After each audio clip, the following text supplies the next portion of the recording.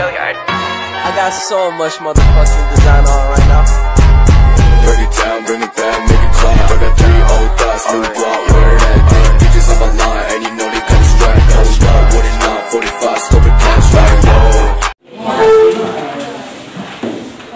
Assalamualaikum warahmatullahi wabarakatuh. Waalaikumsalam warahmatullahi wabarakatuh. Selamat pagi Nanda. Pagi.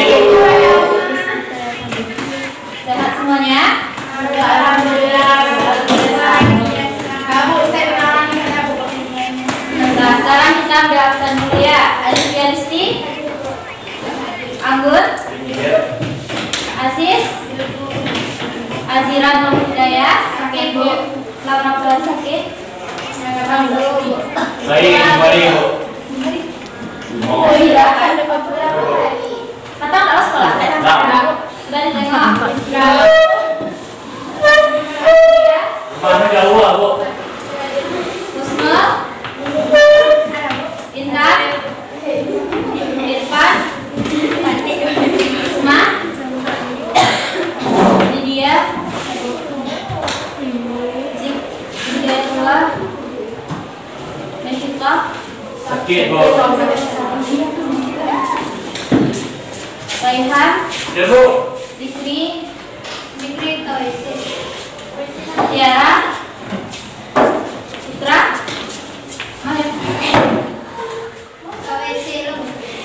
kedua Bu.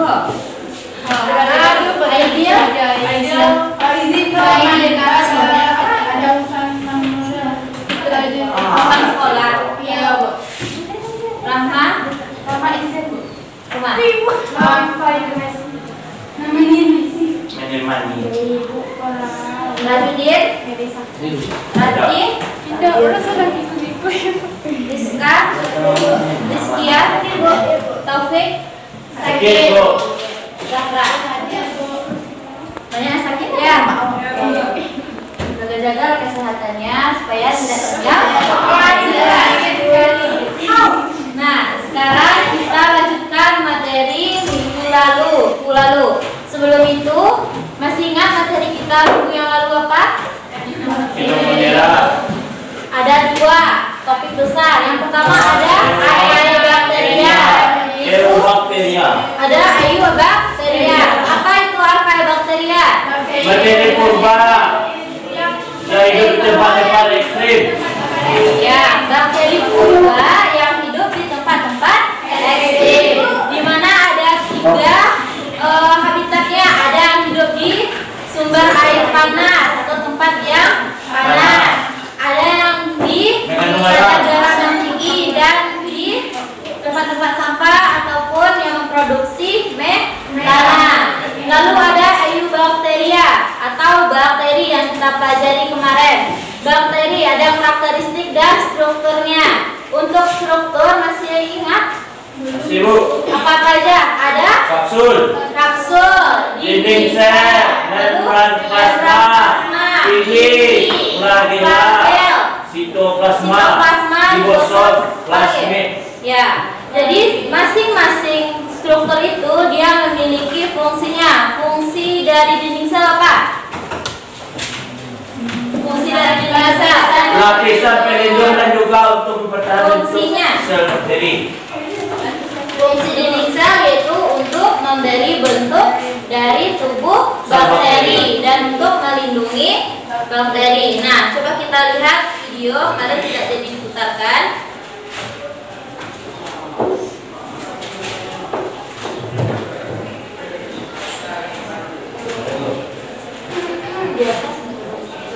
Nah, lihat jadinya.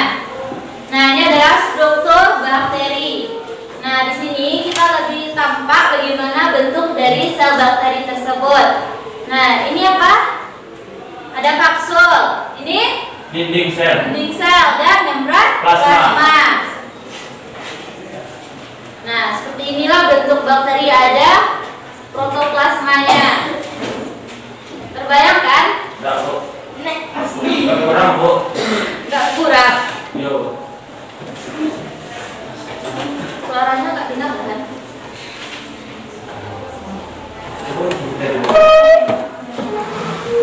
Nah, maknya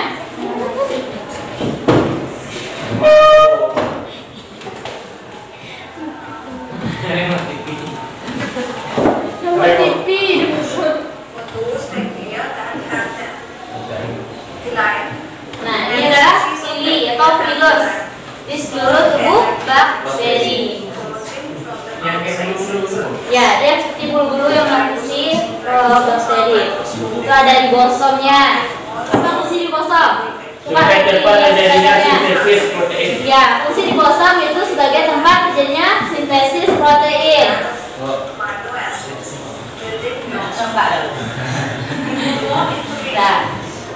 Nah, di sana coba ibu tanya satu lagi. Ya. Nah, fungsi dari ribosom apa tadi? Sebagai tempat terjadinya sintesis protein. Kalau membran plasma berfungsi sebagai Mengatur keluar masuknya zat. ya, mengatur keluar masuknya zat. Ada flagel itu sebagai alat gerak bakteri. Nah, Anda semua pernah minum yogurt? Pernah memperhatikan di botol yogurt itu komposisi dari yogurt tersebut? Ibu. Ataupun inilah yang lebih simpelnya itu Yakult. Nah, Yakult. Ada yang pernah memperhatikannya? Ibu. Apa bakteri yang berperan dalam pembuatan Yakult tersebut? Kalian tahu? Lactobacillus cesae. Nah, ada nama bakterinya Lactobacillus cesae. Ada lagi detik pembuatan tempe, tapai, apalagi yogurt. Nah, di dalam pembuatan masing-masing ibu sebutkan tadi, dia memiliki bakteri baik dalam proses pembuatannya. Nah, untuk lebih memahami bagaimana bakteri tersebut, ada nanti peranan positif dan merugikan. Tujuan pelajaran kita untuk hari ini yaitu yang pertama ada reproduksi bakteri. Ananda harus memahami dan mampu memahami dan menjelaskan kembali ada reproduksi bakteri. Di sana ada reproduksi seksual dan reproduksi aseksual. Perhatikan di buku LKS masing-masing. Nah, yang kedua ada bakteri. Nah, untuk membahas 3 topik hari ini, kita akan berdiskusi, tapi kita bedakan ya dari diskusi yang kemarin. Buka LKS-nya. Ya. Nah, untuk reproduksi itu ada 2 topik, ada reproduksi seksual dan aseksual. Sekarang ibu tunjuk ya, ada langsung bentuk kelompok-kelompok kecilnya.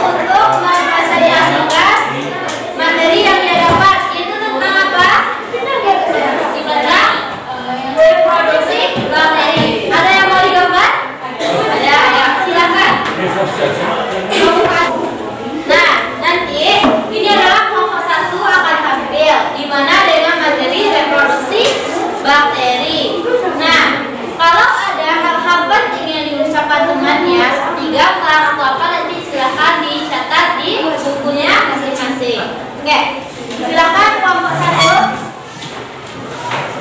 Assalamualaikum warahmatullahi wabarakatuh.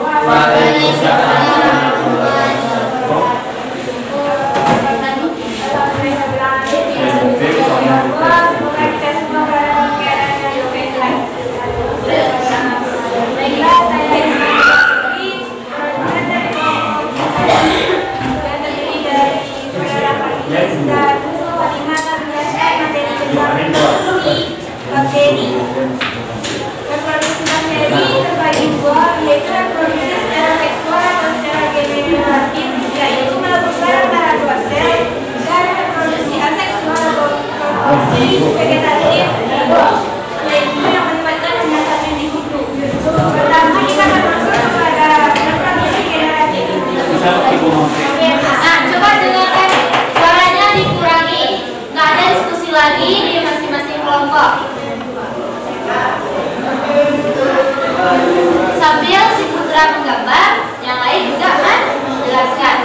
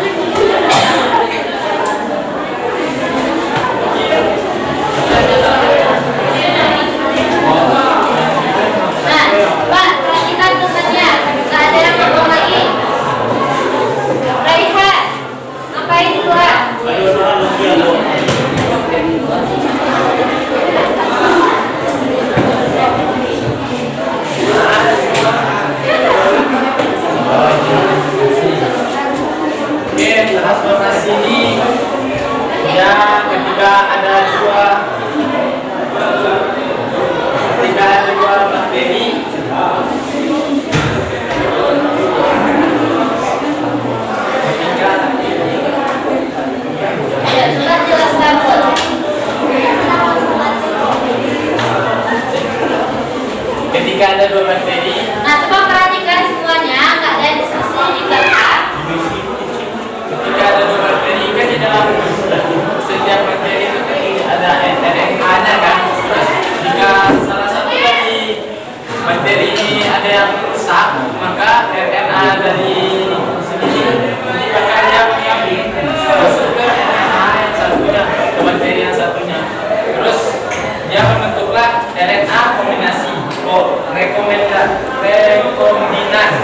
Terus rekombinan ini dia berubah lagi menjadi buah.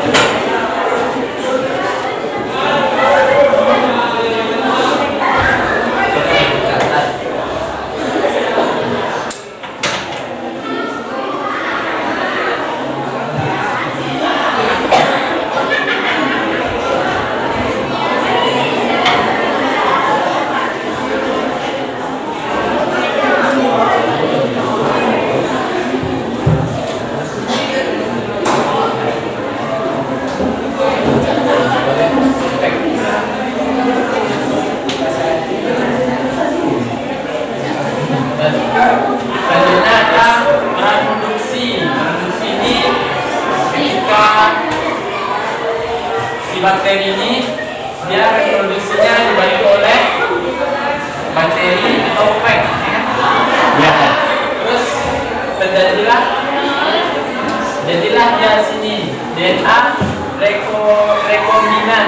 Terus rekombinan ini membelah lagi dia menjadi buah. Terus yang terakhir kita punya konjugasi.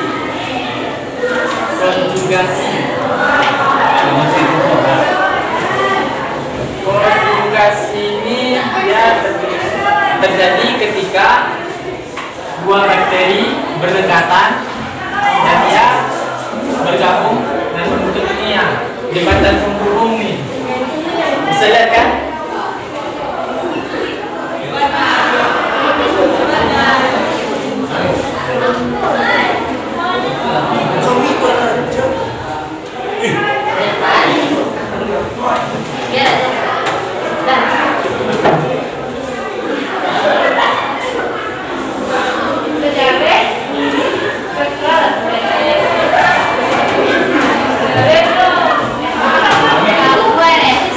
Yang ketiga kita punya konjugasi ini terjadi ketika dua bakteri berdekatan dan dia membuat satu jembatan dan dia terjadinya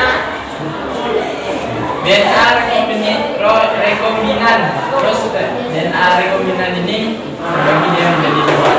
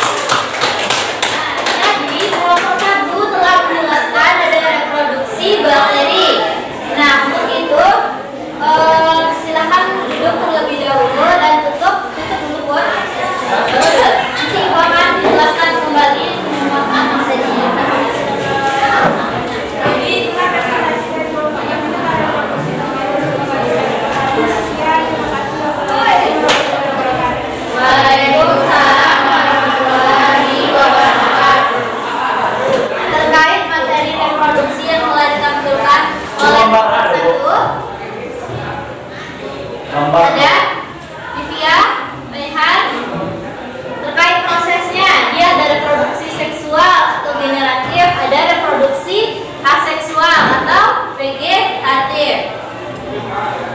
Coba, ada nggak yang kurang dipahami? Saya mau ditanyakan. Apa? Transformasi. Nah, terkumpul satu. Livia, dia menanyakan tentang reproduksi bakteri yang seksual bagian transformasi. Masih ada yang mau menanyakan? Transduksi. Ya. Ada bisa jawab kelompok satu? Ya, dijelaskan kembali aja. Mungkin tadi kawannya agak cuma atau kurang memahami penjelasan.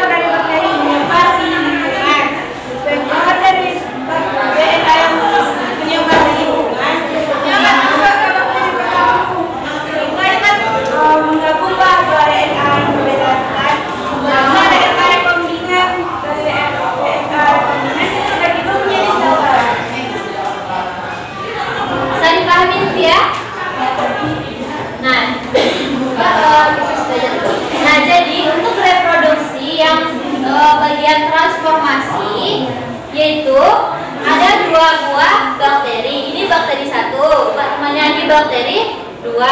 Nah, untuk bakteri 2 ini dia terjadi lisis atau pecah dan DNA keluar dan menyebar di lingkungan. Nah, untuk bakteri 1, karena tadi ada DNA yang keluar dan dia berada di lingkungan, dia masuk ke bakteri yang baru dan terjadilah DNA dan terbentuklah DNA rekombinan. Nah, setelah terbentuknya RNA rekombinan ini, dia akan membelah menjadi 2 sel. Nih, jadi 2. Bisa dipahami? Nanti kita akan pahami lagi karena ada video yang akan Ibu tampilkan. Nah, yang selanjutnya ada pertanyaan dari coba jelaskan nih. Pada proses transduksi kan di LKS katanya prosesnya dibantu oleh bakteri ya kan? Jadi bakteri kan misalkan ada virus kok naiknya RNA dalam bakteri kok sehingga itu membentuk DNA rekombinan yang gabung. Habis itu nanti terdiri dari 2 sel baru. Nah, bisa dipahami? Bisa. Jangan dulu. Jadi kan itu sudah dijelaskan oleh temannya. Apakah masih ada yang mau bertanya? Enggak. Sekarang kita lanjut dulu ya. Nah, untuk yang selanjutnya ada konjugasi. Anda lihat dan ada reproduksi seksual. Ibu akan tampilkan video supaya Anda dapat lebih memahami dari reproduksi bakteri tersebut. Innalillah.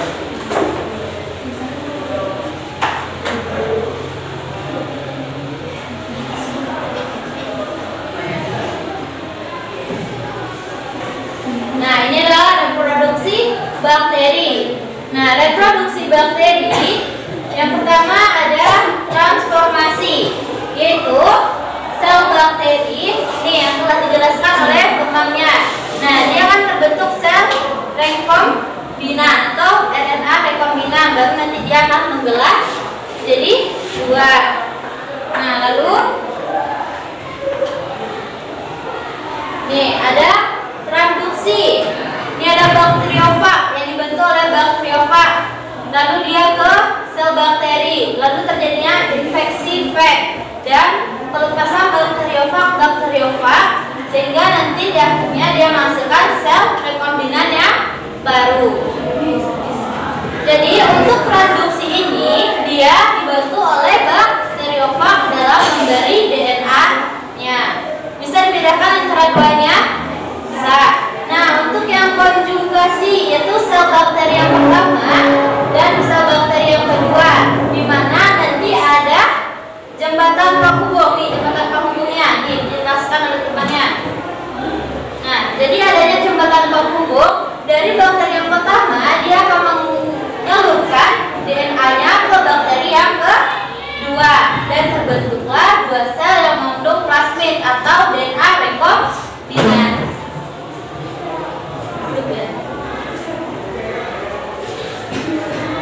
Nah, coba lihat. Some bacteria possess surface protein that can transport DNA. Jelas? Sudah perhatikan aja, susah dengarkan suaranya. Nah, itu dia keluar tuh DNA-nya, dia menyebar ke lingkungan dan masuk ke bakteri baru. Nah, itu proses apa tadi? Transformasi. Enak kan dipahami?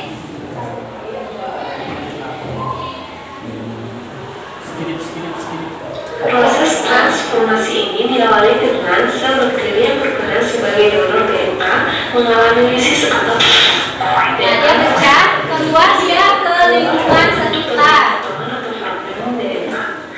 Beberapa fragmen DNA ditarik oleh seorang resipien atau sel penerima. DNA donor pun masuk ke dalam sel bakteri. Nah, yang DNA di luar lingkungan tadi dia masuk ke sel bakteri baru. Maka DNA donor akan bersatu dengan DNA penerima sehingga terbentuklah DNA rekombinan. Perubahan struktur DNA ini Tapi jika DNA donor tidak mirip dengan DNA penerima, maka DNA donor akan didegradasi oleh nuklease. Akan tetapi terkadang DNA donor ini dapat hidup berdampingan dengan DNA sel penerima sebagai plasmid. Nah, bisa diperhatikan di situ? Tolong lagi ya. Some bacteria possess surface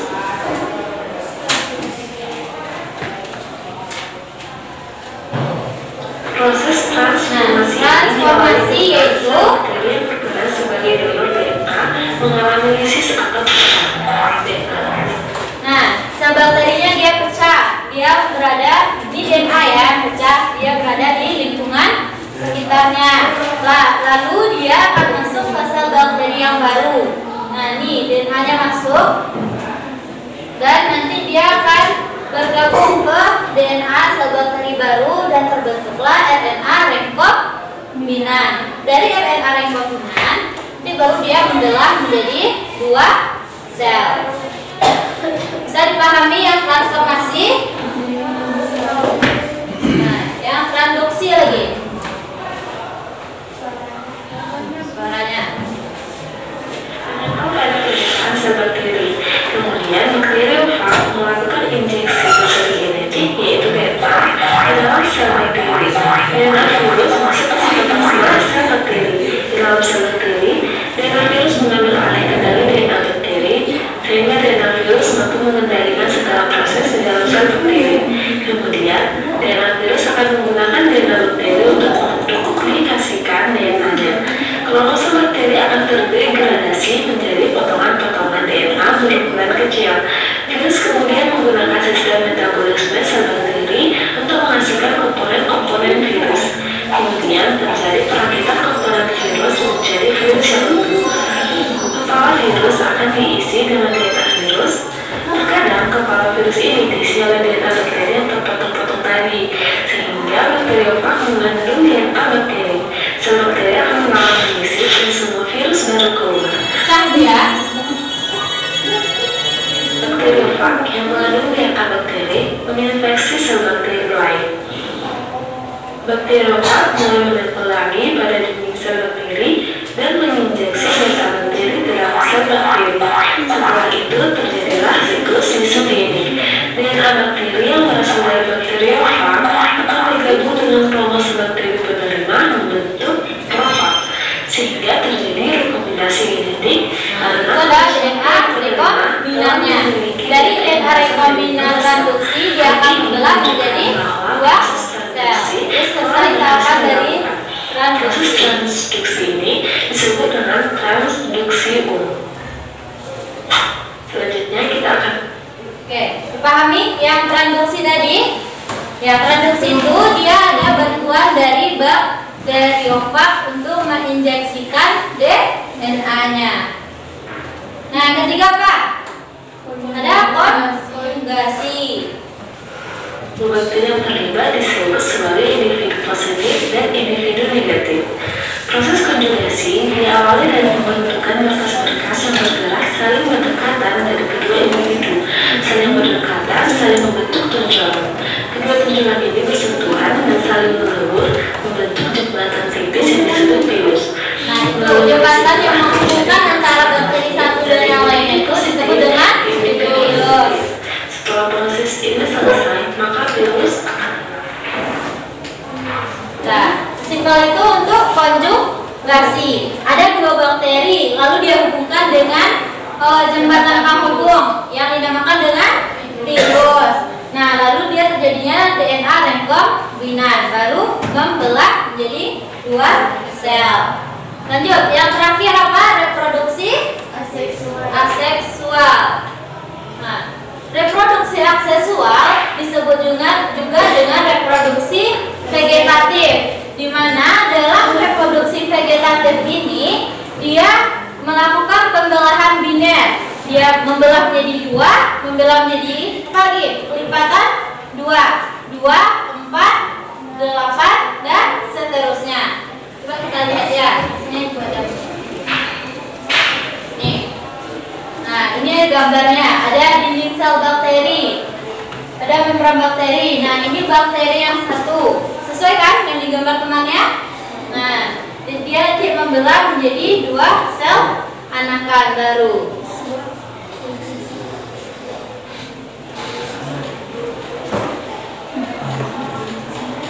Bacteria reproduce very simply and rapidly by doubling their contents and splitting in two. Nah, itu bentuk bakteri.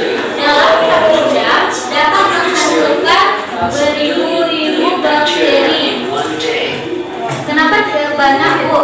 Karena dalam reproduksi vegetatif atau pembelah embinnya, bakteri itu dia akan membelah dari 1 sel menjadi 2 sel, dari 2 menjadi 4, dari 4 jadi 8, dan 8 menjadi 16 dan 32 hingga seterusnya, sehingga menghasilkan bakteri yang banyak dalam waktu seketika.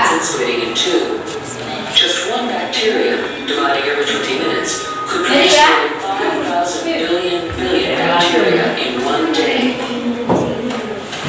miliaran bakteri dalam 1 hari yang dipakai. Bacteria reproduce very simply. Nah, kita masuk ke pembahasan yang selanjutnya. Ada dasar pengelompokan bakteri. Kelompok siapa lagi yang mau presentasi?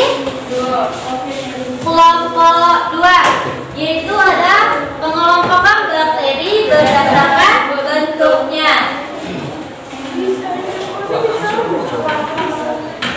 Ya, silakan kelompok 2.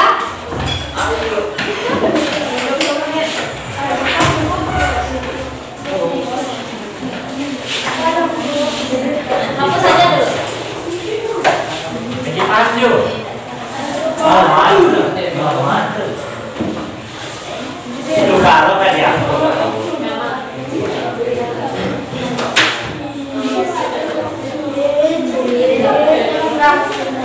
Oh, kalau tidak. Assalamualaikum warahmatullahi wabarakatuh.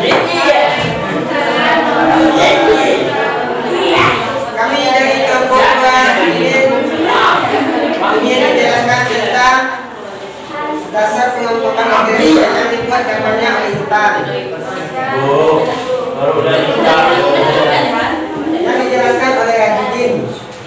Pengelompokan bakteri berdasarkan bentuknya. Yang pertama bacillus atau bacillus. Bu, baru dari Bu. Nanti tadi kan? Ada, Bu. Ini yang kelima. Nama biasa serangkat. Oh, ini ada di bacillus adalah bakteri. Nah, coba dengarkan soalnya.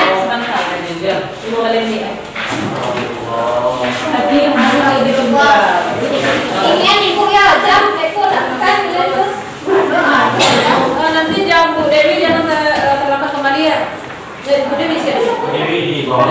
Di bawah Bapak. Dan terlambat kalau Bu. Silakan Bu Dewi kan. Satu ya. Ibu kami pakai Apa BA? Ini Ini kalau nikah.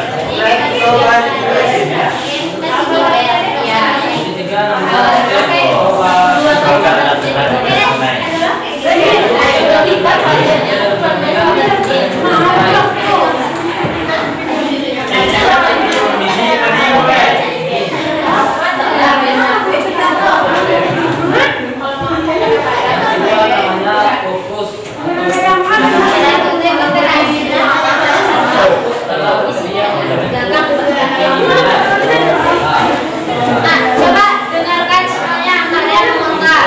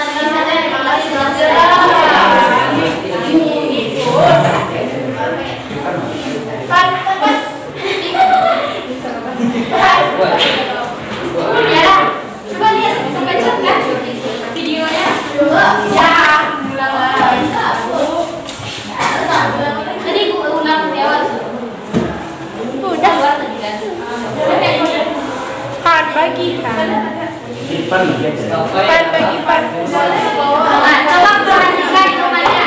Dari belakang. Besarkan suaranya. Dari belakang, Isma. Isma enggak?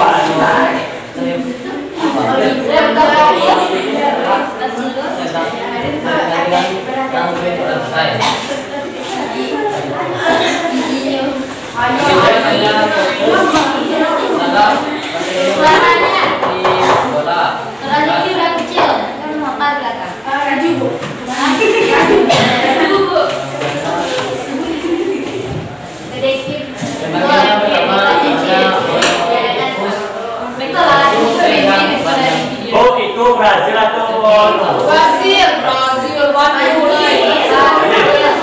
asal Pak? Pikul dulu. Masih banyak lagi. Spiral.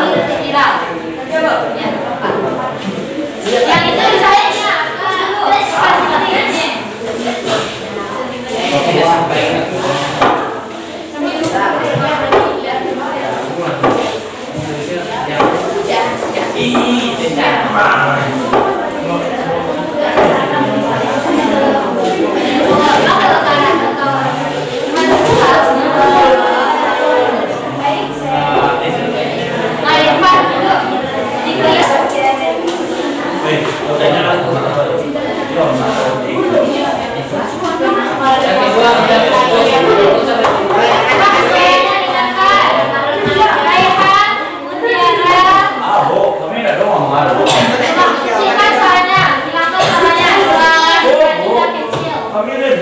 Nah, ulangi lagi Raji dulu.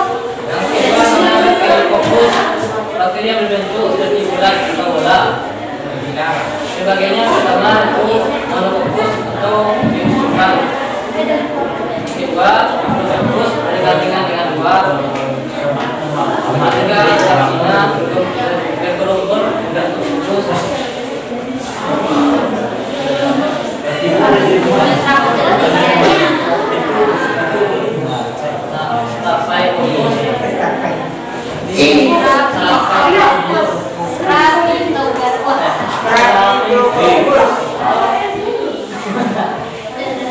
Nah, coba lanjutkan Cikri lagi. Baju udah dua tadi, Cikri lagi. Yang mana ya? Seperti yang mana? Yang strap. Habis Bu. Bunyi belum Bu? Fokus. Udah lama bunyi udah senang Bu. Ada kan? Ada yang Bulan. Keluar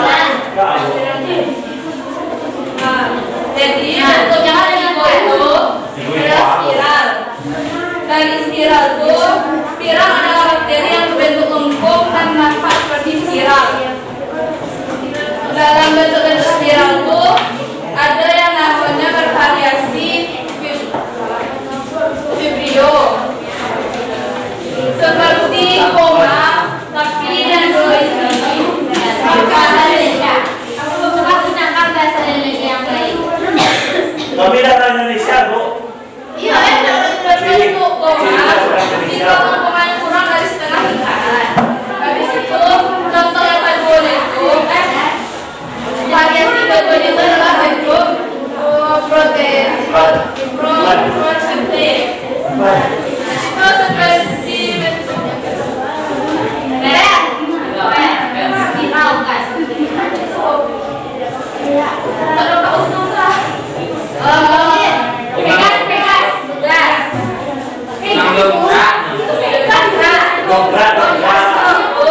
Atau ada spiral. Bentuk spiral itu seperti bentuk pega.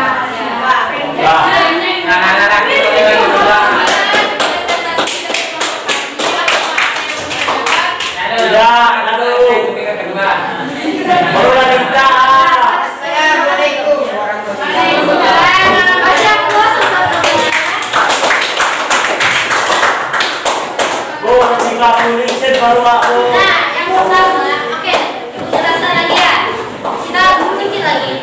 Nah, dasar pengelompokan bakteri. Bagian yang pertama yaitu pengelompokan bakteri berdasarkan bentuknya. Ada dibagi menjadi berapa? Tiga. Yang pertama, Basil, lurus, dan spiral. Nah, dari masing-masing dari basil, fokus, dan spiral, dia juga memiliki bentuk-bentuk yang lain. Kita perhatikan itu ada basil. Basil itu dia berbentuk bulat ya. Bakpao, Bu. Bulat atau bola? Bulat fokus, Bu. Atau bulat? Iya, salah ya. Bakpao, Bu. Bakpao kan tuh, Bu. Bakpao sen, Bu. Lonjong kayak ini.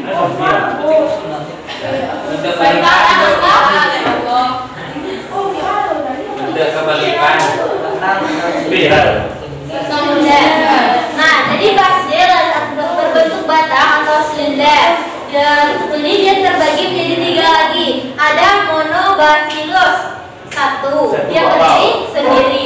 Ada yang diplobacillus dua, ada streptobacillus empat. Untuk menghafalnya, basil itu adalah bentuk batang. Dia memiliki tiga macam. Ada mono itu satu, berarti monobacillus. Yang kedua diplobacillus dua batangannya. Dan yang ketiga adalah streptobacillus, lebih dari dua, bisa 4 nanti, bisa 5. Lebih panjang. Nah, untuk yang kedua ada bentuk fokus atau bulat seperti bola. Ada berapa? Ada 1 monofokus, 2 diplofokus, 3 tetrafokus, satunya. Nah, untuk satunya ini dia membuat seperti dengan bentuk kubus. Lalu ada strepitococcus berbentuk serangkaian anggur, ke bawah dia kucing. Dan yang terakhir adalah streptococcus. Nah, yang terakhir Spiral. Yang pertama apa? Seperti bulan. Dia seperti bulan, tapi kayak bulan sabit, tapi nggak juga menyerupai bulan sabit. Lalu ada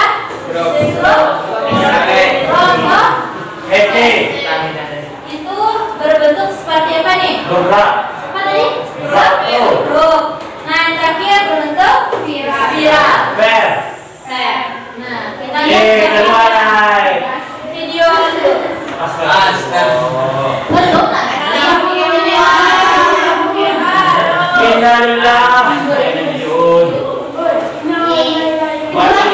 Mati ya po. Enggak. Bisa makan dari pagi lah. Baru wasen tinggal beli Pak. Nah, Cadangan habis. nih, yakin. Ini apa tadi? Ini apa? Basil. Lalu fokus. Dan spiral. Nah, ini ya bentuk spiral itu kayak gitu. Ini videonya. Nah, coba. Ini adalah bentuk dari ini bacillus. Nah, dia memanjang. Dia bentuk batang bacillus. Ini yang spiral. Yang di ujung spiral itu apa tuh? Selaput. Ada label. Nah, ulangi lagi ya. Nih, monofokus.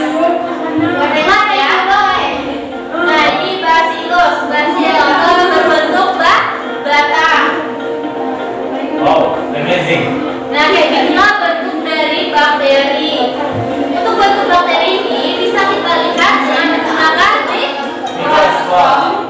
Nah, yang spiral ini.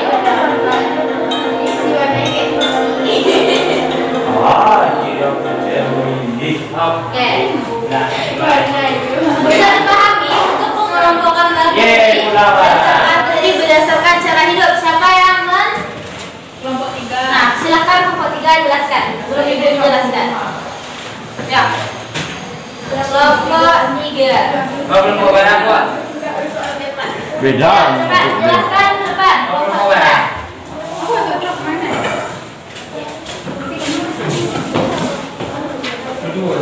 Ya, tapi ada di pijat. Ada yang mau nyatat? Ada yang sebentar enggak? Ada gambar enggak? Itu hapus dulu. Ada gambar enggak? Tadi ada nama kita. Itu sponsor. Simak ya, temannya jelasin nanti ikut tanya. Saya yang bertanya, Bu. Assalamualaikum warahmatullahi wabarakatuh. Waalaikumsalam warahmatullahi wabarakatuh.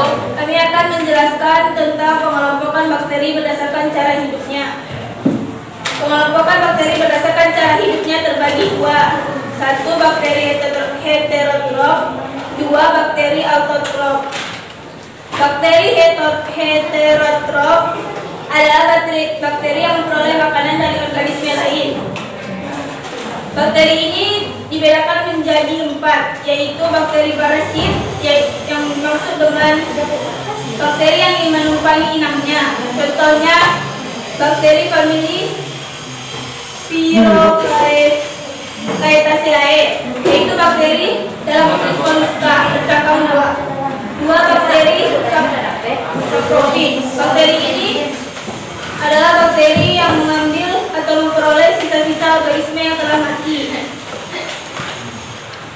Yang ketiga, bakteri patogen. Bakteri ini disebut dengan bakteri parasit yang menimbulkan penyakit pada hospes inang yang dihinggapi. Contohnya Salmonella typhosa, yaitu penyebab penyakit tifus. Yang keempat, bakteri apatogen, yaitu bakteri yang tidak menimbulkan penyakit pada inangnya. Contohnya Escherichia dan Streptomyces. Selanjutnya bakteri autotrof, yaitu bakteri yang membuat bahan anorganik dan bahan anorganik. Berdasarkan sumber energi yang digunakan, bakteri ini dibedakan menjadi dua, yaitu bakteri fotoautotrof, yaitu bakteri yang menggunakan cahaya matahari untuk melakukan fotosintesis. Biasanya bakteri ini memiliki klorofil, yaitu warna hijau untuk membuat fotosintesis. Bakteri ini contohnya adalah Rhodobacter, yaitu bakteri fotoautotrof, yaitu Rhodobacter.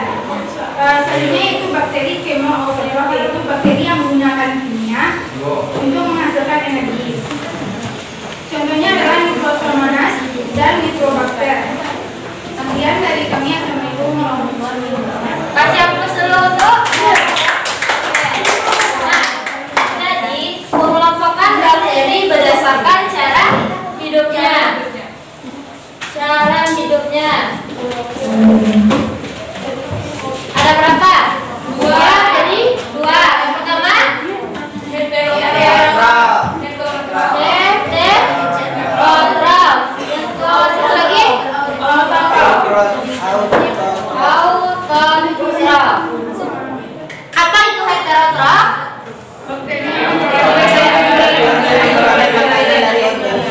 Ya, jadi heterotrof itu dia memperoleh makanan dari organisme lain. Misalnya apa? Dia terbagi menjadi 3 juga. 4. Parasit. Ada parasit, lalu saprofit, patogen,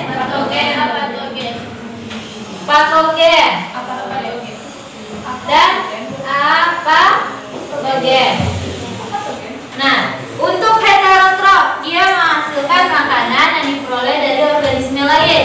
Jenis yang pertama itu adalah bakteri parasit. Apa yang dimaksud dengan bakteri parasit? Bakteri yang mendapatkan makanan dari organisme lain yang Ya, dia mendapatkan zat makanan dari organisme lain yang ditumpanginya atau sebagai inangnya. Nah, contohnya apa di sana? Ada dari famili Pyroclaetaceae. Nah, yang kedua ada bakteri saprofit, yaitu adalah bakteri yang kebutuhan makanannya diperoleh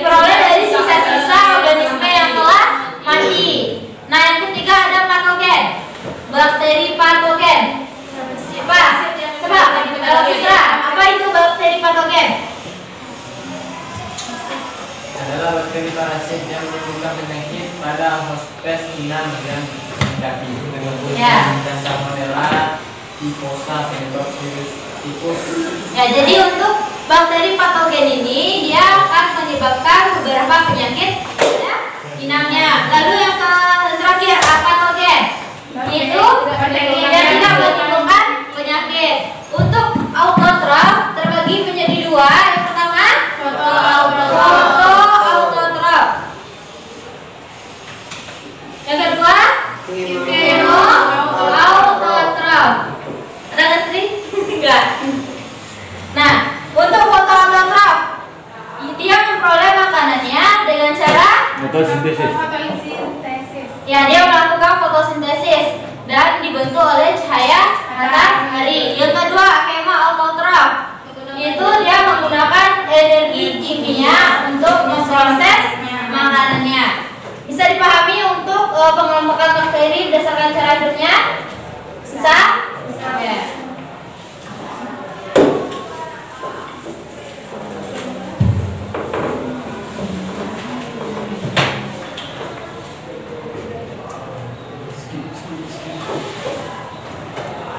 Nah, ini dia yang kita bahas tadi. Ada heterotrof, yaitu bakteri yang memperoleh makanan dari organisme lain. Ada 4, ada bakteri parasit, saprofit, patogen, dan apatogen. Lalu ada bakteri autotrof.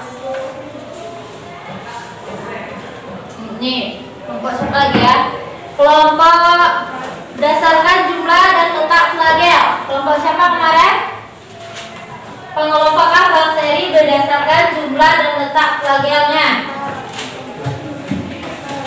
Kelompok 3 ya? Iya, 3. Ya, yuk, lanjut. Ada gambarnya kan? Ada. Nah, yuk. Silakan kelompok 3 dibuatkan gambarnya.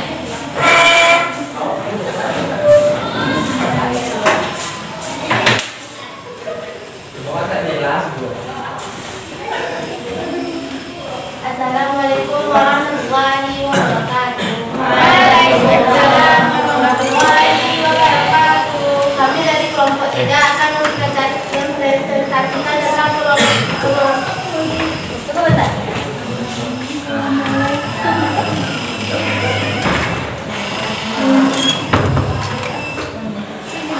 Assalamualaikum warahmatullahi wabarakatuh. Kami dari 3 akan mempresentasikan tentang jumlah dan letak flagel. Berdasarkan jumlah dan letak flagel, bakteri dapat dibedakan menjadi 5. Yang pertama, antrik adalah bakteri yang tidak memiliki flagel.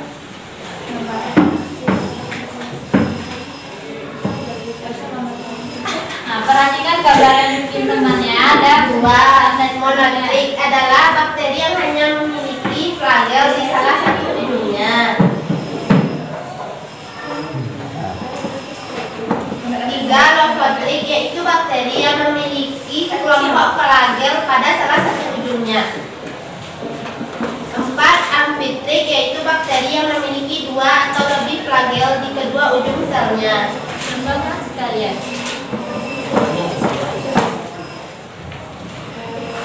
Monotrik contohnya seperti Pseudomonas, Pseudomonas.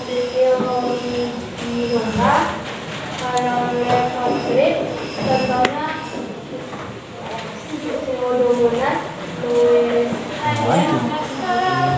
kalau amfitrik ya contohnya Pseudomonas. Kita ada jam. Yang kelima, peritrik yaitu bakteri yang memiliki flagel di seluruh selnya. Contohnya seperti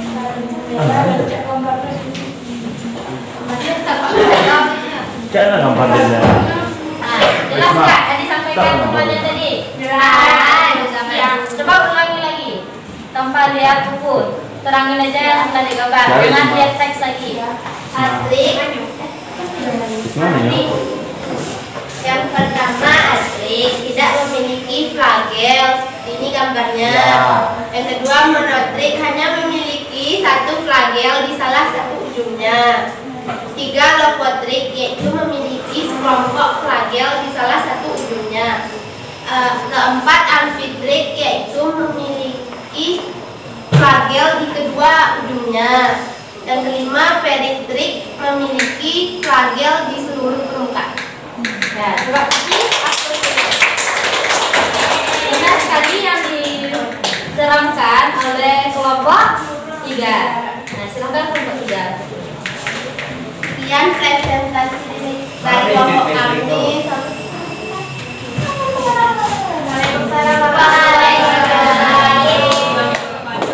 Jadi pengelompokan bakteri yang selanjutnya itu berdasarkan jumlah dan letak flagel. Flagel itu berfungsi sebagai apa pada bakteri? Flagel. Lupakan apa fungsi flagel? Yaitu sebagai alat gerak. Nah, ada 5 pembagiannya. Yang pertama ada atriek. Dia tidak memiliki flagel di tubuhnya. Yang kedua ada monotriek. Hanya ada satu di salah satu ujung bakteri. Nah, yang ketiga ada leukotriek, yaitu memiliki sekelompok flagel yang berada di salah satu ujung bakteri. Nah, yang keempat ada amfitriek, yaitu dia memiliki dua atau lebih flagel dari kedua ujung seni. Ya, memiliki 2 atau lebih flagel di setiap ujung bakteri. Nah, yang terakhir ada peritriek. Di seluruh tubuh ada flagel. Nah, perhatikan gambar yang di depan. Awan tuh. Sama kan yang dibuat sama temannya? Beda, Bu. Encik boleh di-challenge dong. Ya, jadi untuk pembagian bakteri berdasarkan jumlah dan letak flagelnya ada 5. Yang pertama ada atriek, baru monotriek, ada leukotriek, ada amfitriek, dan peritriek. Dihafalkan ini di akhir nanti kita akan kuis. Tumbuhan di suhu rendah 0 sampai 30 derajat Celcius. Yang kedua ada mesofil, yaitu tempat temunya sekitaran suhu 25 sampai 30 derajat Celcius. Biasanya mesofil ini berada di lingkungan sekitar kita atau di suhu ruangan. Nah, contohnya untuk bakteri mesofil apa tadi? Escherichia coli. Ya, Escherichia coli itu bisa berada di dalam usus, di tempat pembuang sampah, tempat kotor, biasanya mana tuh? Ya, toilet. Nah, yang ketiga ada thermofil, yaitu suhunya dari kisaran 55 derajat Celcius sampai 60 derajat Celcius. Yang terakhir, Irfan. Yang terakhir, Irfan. Apa tadi? Thermofil. Ya, jadi untuk hipotermofil ini dia tumbuh di tempat-tempat yang memiliki suhu panas. Yang selanjutnya itu bakteri berdasarkan kebutuhan oksigen.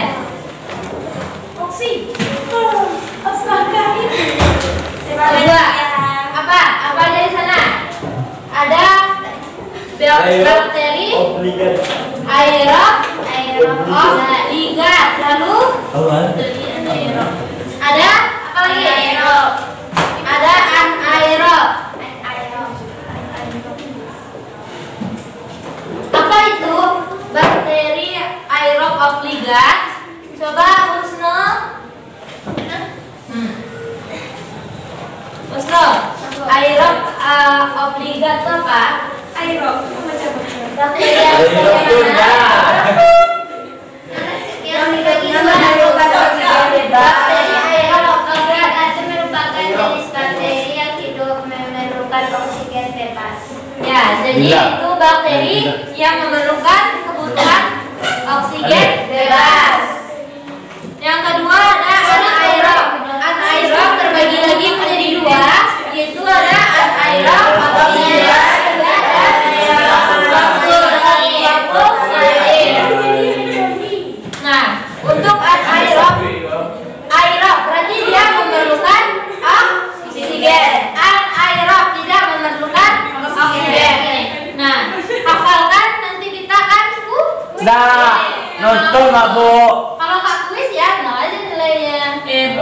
Bu. Ini. Bu. Bu. Nah, yang terakhir. Bu. Itu berdasarkan dinding selnya. Unsur kimia dinding sel ada bakteri gram positif dan bakteri gram negatif. Bisa dijelaskan terdekat bisa. Ini kan Bu, kok tanaman rekam, Bu? itu Bu. mengapa karena ya apa? Rekam, Bu.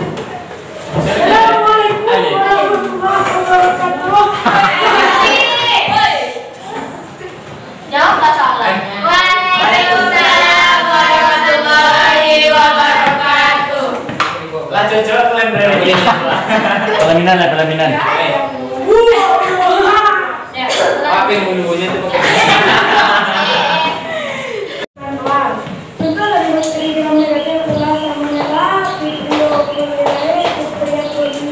sekian presentasi dari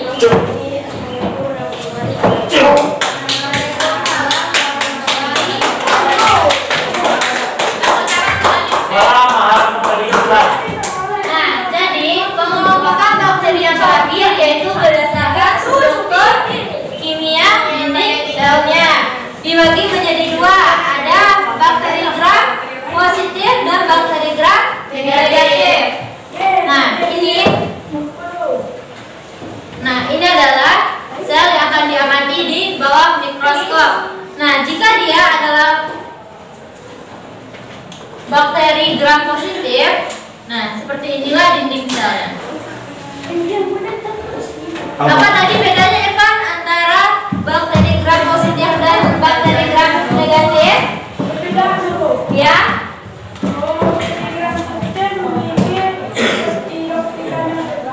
Ya. Lalu? Ya. Jadi untuk bakteri gram positif dia memiliki peptidoglikan yang tipis. Kalau yang negatif dia memiliki peptidoglikan yang tebal. Terbalik. Gimana ya Fadil? Ulangi lagi nih ya. Kalau bakteri gram positif memiliki peptidoglikan yang tebal atau ganda. Kalau bakteri gram negatif memiliki peptidoglikan yang tipis. Nah ya. Jadi yang disampaikan Livia tadi betul ya. Yang disampaikan si Irfan kebalik. Nah, udah semua kan, Bil? Nah, Bu. Udah? Nonton boleh, Bu? Gak ada.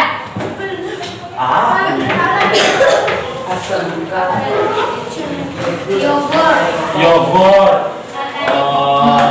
Yogurt banyak. Kalau antibiotik itu banyak begitu, Bu. Yang lingkungan sebagai kompos. Oke, kita lanjutkan materinya. Itu tentang peranan bakteri. Itu ada yang menguntungkan. Yang pertama di bidang industri makanan dan minuman ada nata de coco, Yakult, asam cuka, apa lagi? Tempe, tahu. Tahu. Keju, susu apa? Kuda liar. Ya, susu fermentasi. Nah, jadi masing-masing makan. Ini susunya itu. Itu ibu Irfan loh. Bikin. Nah, jadi dalam bidang makanan dan minuman Irfan. Itu susu. Jadi setiap makanan dan minuman yang menggunakan bakteri itu dia memiliki peranan masing-masing. Seperti ada Yakult. Kalau Yakult itu apa yang saya sampaikan kemarin? Ada bakteri baiknya. Lactobacillus cereus. Kalau yang bagus yang Yakult kan Yakult. Kita itu semua. Kalau bisa aku nanti perhatikan di sana ada komposisinya.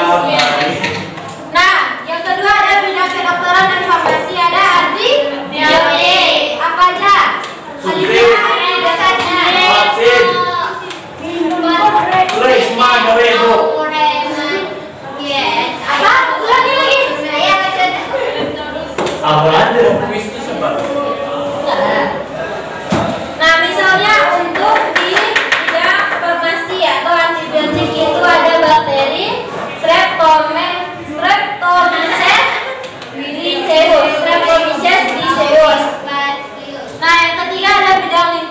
sebagai dekomposer. Nah, nih.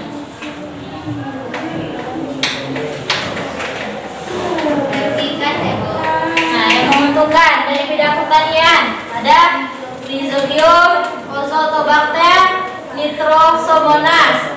Nah, masing-masing ini Anda pahami dan dihafalkan setiap masing-masingnya dan fungsinya. Karena di dalam ujian, entah di ujian unit ataupun di ujian semester nanti, dalam bakteri yang paling banyak ditanya itu adalah peranan bakteri. Ada peran bakteri, struktur bakteri, dan reproduksi bakteri. Nah, itu makanya ibu suruh kemarin di rumah buat peranannya sebanyak mungkin. Nanti ini ditambahkan ya. Ibu share di WA. Ini ada, masih ada. Ini untuk yang merugikannya lagi pada manusia. Ada macam-macam penyakit, ada TBC, ada kolera, lepra, dan masing-masing bakteri yang berperan. Ada tumbuhan dan makanan. Oke, habis siap untuk tes? Dah.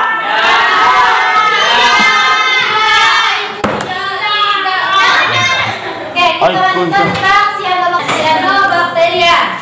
Coba bacakan Rehan. Klorofil A dan pigmen biru Phycocyanin.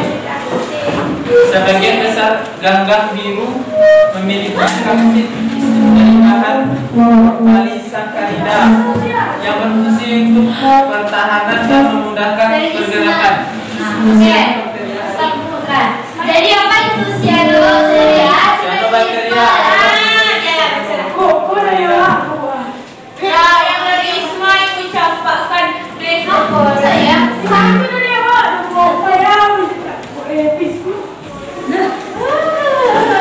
selanjutnya apa itu cyanobacteria?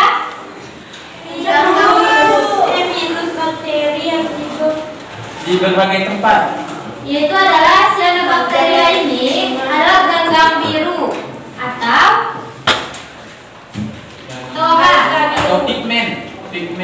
Ya, cyanobacteria itu ada disebut juga dengan ganggang biru, di mana dia memiliki pigmen warna klorofil A dan pigmen berwarna biru atau phycocyanin. Nah, sebagian besar ganggang biru ini dia memiliki kapsid dari bahan peptidoglikan. Apa fungsinya? Untuk mempertahankan gerakan. Jadi cyanobacteria ini dia berada di berbagai tempat. Ada yang di tanah, bebatuan, atau di perairan. Juga cyanobacteria ini dia dapat bersimbiosis pada hati ataupun lichen. Lichennya apa? Lichen, sudah tahu? Coba perhatikan nanti kalau di bawah ada yang kayak lumut di belakang tuh, tapi dia kayak kayak buah-buahan. Apa di tembok-tembok rumah yang kosong pasti ada tuh yang kayak lumut yang menempel di sana. Kalau di kamar mandi, Bu. Ya, di kamar mandi juga ada tapi dibedakan antara lumut sejati dan yang berbeda. Kalau lumut sejati dia memiliki klorofil yang berwarna hijau. Nah, kalau cyanobacteria dia bersifat uniseluler. Hidupnya berkoloni, misalnya ada Nostophilus dan Microcystis, dan ada pula yang berbentuk benang atau filamen.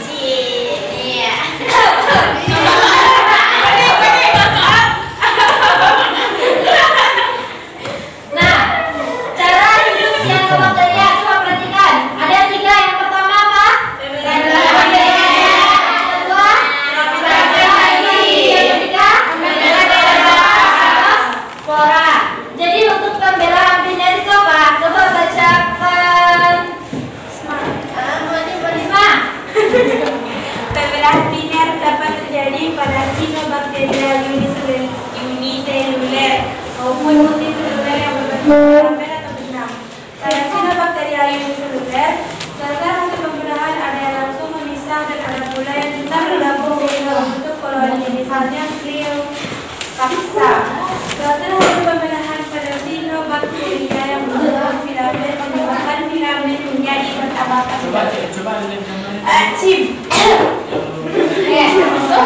Apa tadi pembela bina sebenarnya Irfan?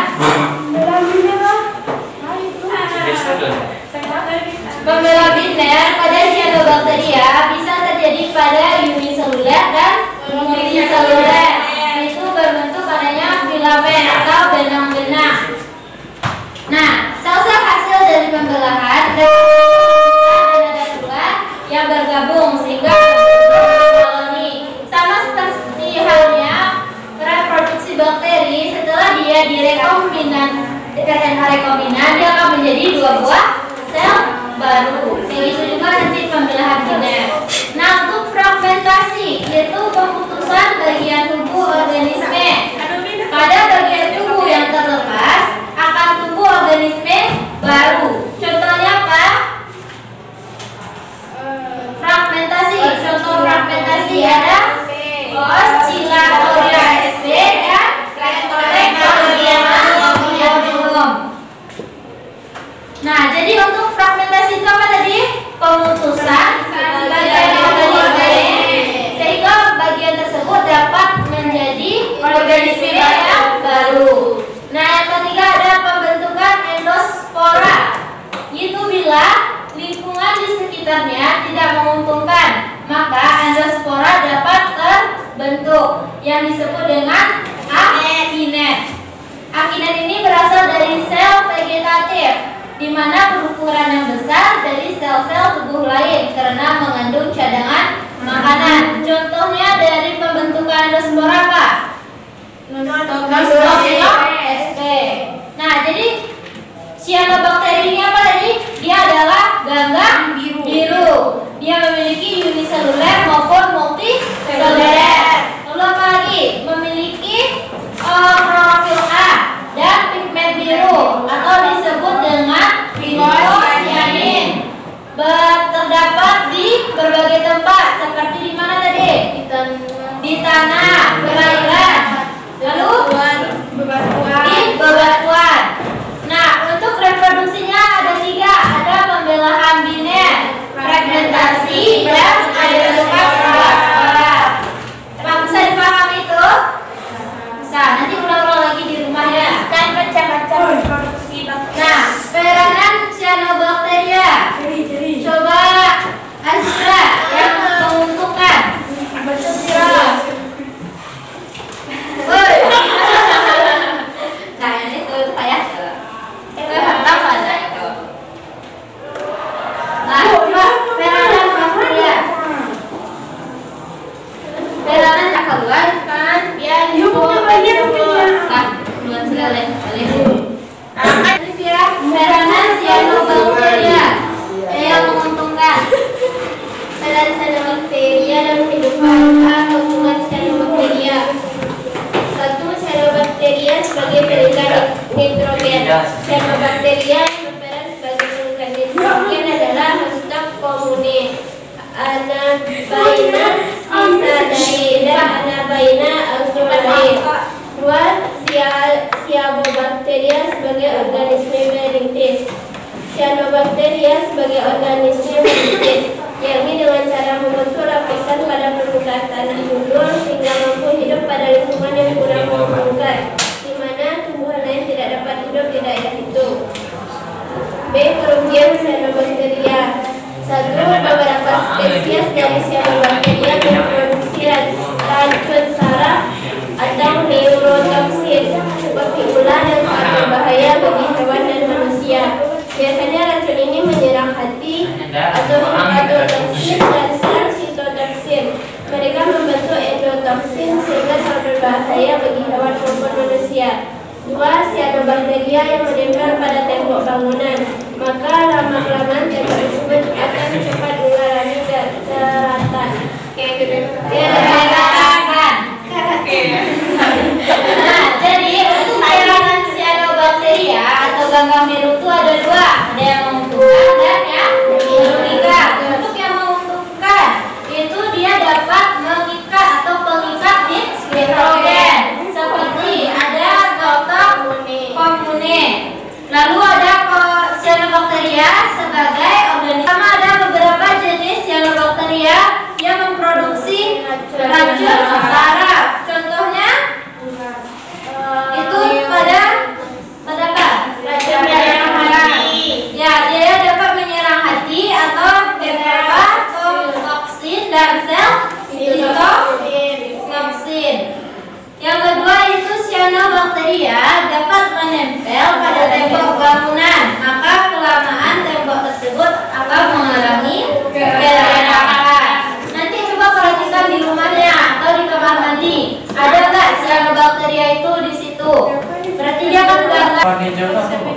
Kalau dia warna hijau, bisa aja tuh lumut sejati. Lumut yang kayak di batang-batang.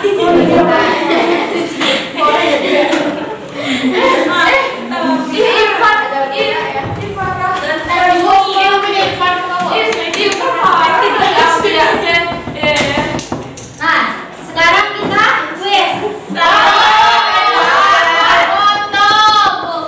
Itu masih tapi kalau foto. Bu, ini anak ibu. Nanti. Sekarang bakteri. Yang pertama apa? Bentuknya. Siapa yang dapat menggambarkan dari 3 bentuk bakteri tersebut? Nanti ibu kasih A+. Nih. Nah, yang kedua ada berdasarkan jumlah dan letak flagelnya. Bu, awak bu. Awak bu. Yakin?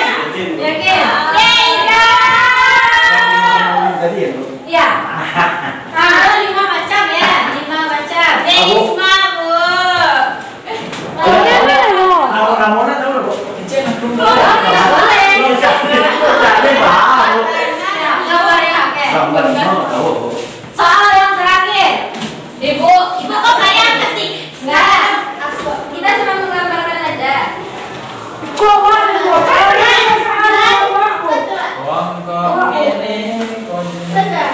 Iya.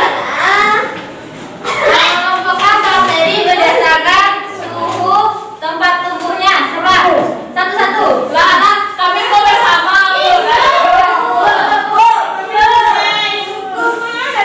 Irfan duduk. Sikit Bu yang lain. Oke, soal terakhir. Coba dengarkan. Berdasarkan suhunya.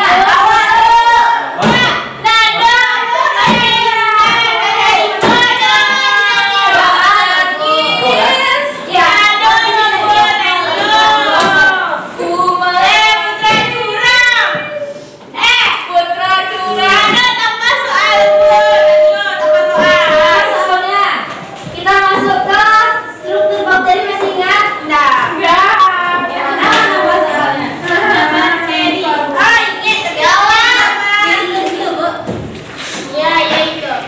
Kapsul lainnya tapi Zoom. Ya. Silakan buka bukunya. Ibu kasih kuis. Satu dapat ya. Oke. Fungsi dari flagel. Tunjuk tangan berbunyi bang. Fungsi dari flagel. Ibu. Berfungsi sebagai alat tumbuh biasa.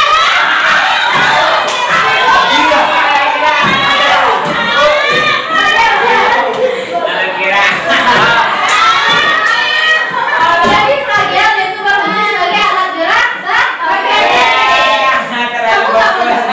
Bu, lah bu. Oke.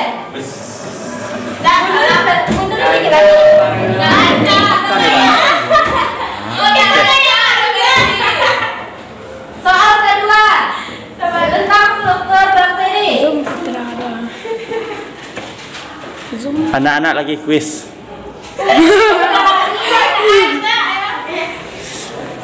Yang di depan Pak Guru. Isma tadi bu. Isma tadi dulu bu. Ada bukti nggak bu? Alah sampai. Sebagai perlindungan diri dari sistem imun seimbang. Yang lain. Oh, saya sendiri. Alif bu. Bu Alif tadi bu. Alif Allah itu datang.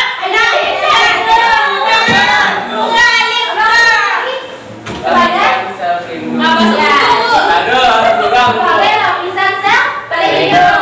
Pan, Aswan. Itu dia berada di paling luar bagian tubuh. Ma. Pemancing.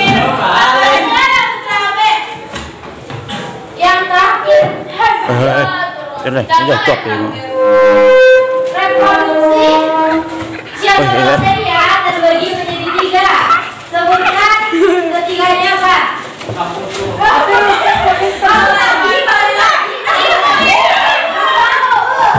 Enggak.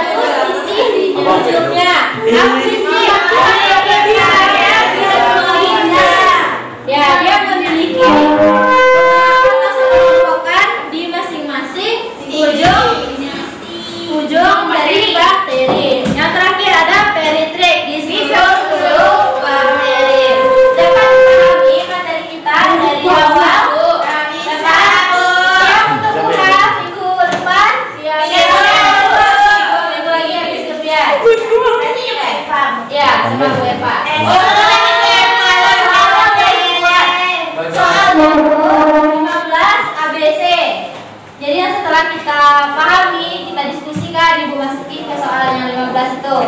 Lalu ada esai. Esai itu ada yang ditugaskan peranan bakteri. Lalu apa lagi ya? Pokoknya saya bisa pelajari. Itu kisi-kisi soal saya bilang. Kisi-kisi itu soal nanti Bu. Itu soal ada kelas untuk seluruhnya.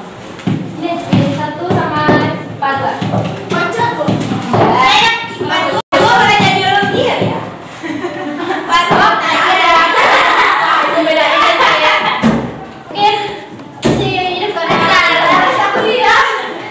Pembelajaran kita pada siang hari ini untuk di rumah silahkan dipahami kembali bagian dari materi. Ada Archaeobacteria, Eubacteria, bakteri dan Cyanobacterianya. Dan ingat minggu depan kita akan melakukan UH atau ujian harian yang kedua pada KD 4 ini.